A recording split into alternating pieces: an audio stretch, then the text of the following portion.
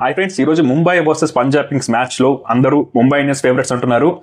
అయితే ఇక్కడ Punjab Kings team కి మ్యాచ్ గెలిచే అవకాశం లేదా అంటే అలా ఏం కాదు. పంజాబ్ కింగ్స్ టీం కనుక సరైన ప్లానింగ్ తో వస్తే ఖచ్చితంగా పంజాబ్ కింగ్స్ కి అయితే మంచి అవకాశం ఉంది మ్యాచ్ గెలవటంలో. ఈ మ్యాచ్ లో పంజాబ్ కింగ్స్ యొక్క గేమ్ ప్లాన్ ఎలా ఉండాలో ఈ వీడియోలో మనం మాట్లాడదాం. ఈ వీడియోలో మనం ప్యూర్ గా పంజాబ్ కింగ్స్ వైపు నుంచే మాట్లాడదాం.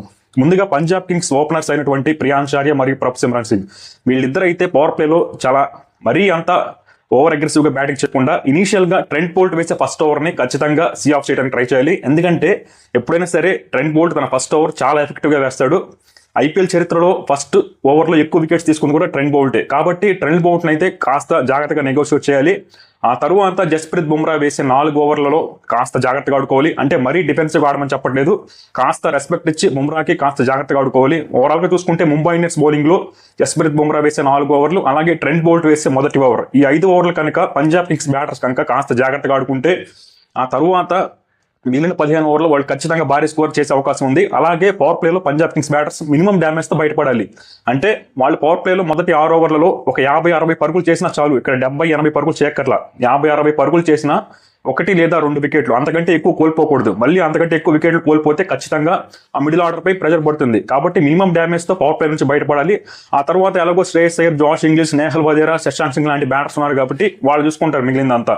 కాబట్టి పవర్ ప్లేలో కాస్త రెస్పెక్ట్ ఇచ్చి జాగ్రత్తగా ఆడుకుంటే మినిమం డ్యామేజ్ బయటపడగలిగితే చాలు. ఇక పంజాబ్ కింగ్స్ బౌలింగ్ విషయానికి వస్తే హర్షదీప్ సింగ్, హర్ప్రీత్ బ్రార్, అలాగే చాహల్ కనుక ఈ మ్యాచ్లోకి వస్తే చాహల్, వీళ్ళ ముగ్గురిని శ్రేయస్ అయ్యర్ చాలా జాగ్రత్త ఉపయోగించుకోవాలి. మరీ ముఖ్యంగా హర్షదీప్ సింగ్ ని పవర్ ప్లేలో మనకి ముంబై ఇండియన్స్ బ్యాటర్స్ రోహిత్ శర్మ మరియు జానీ బేర్స్టో ఇద్దరు రైట్ హ్యాండర్సే.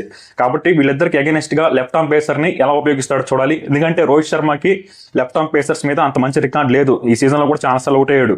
అలాగే జానీ బేర్స్టో లాస్ట్ మ్యాచ్ లో మంచి ఇన్నింగ్స్ ఆడాడు, అడ్డంగా ఊపాడు, బ్యాట్ అటు కొట్టాడు.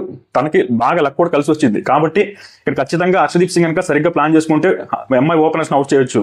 అలాగే సూర్యకుమార్ యాదవ్ కి అగైనెస్ట్ గా హర్ప్రీత్ బ్రార్ ని కానీ యూజీ చాహల్ ని కానీ ప్రయోగించాలి.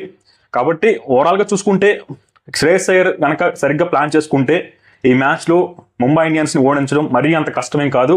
కాకపోతే ముంబై ఇండియన్స్ దగ్గర ఎక్స్పీరియన్స్ ఉంది, వాళ్ళ దగ్గర మంచి బౌలర్స్ ఉన్నారు, మంచి బ్యాటర్స్ ఉన్నారు.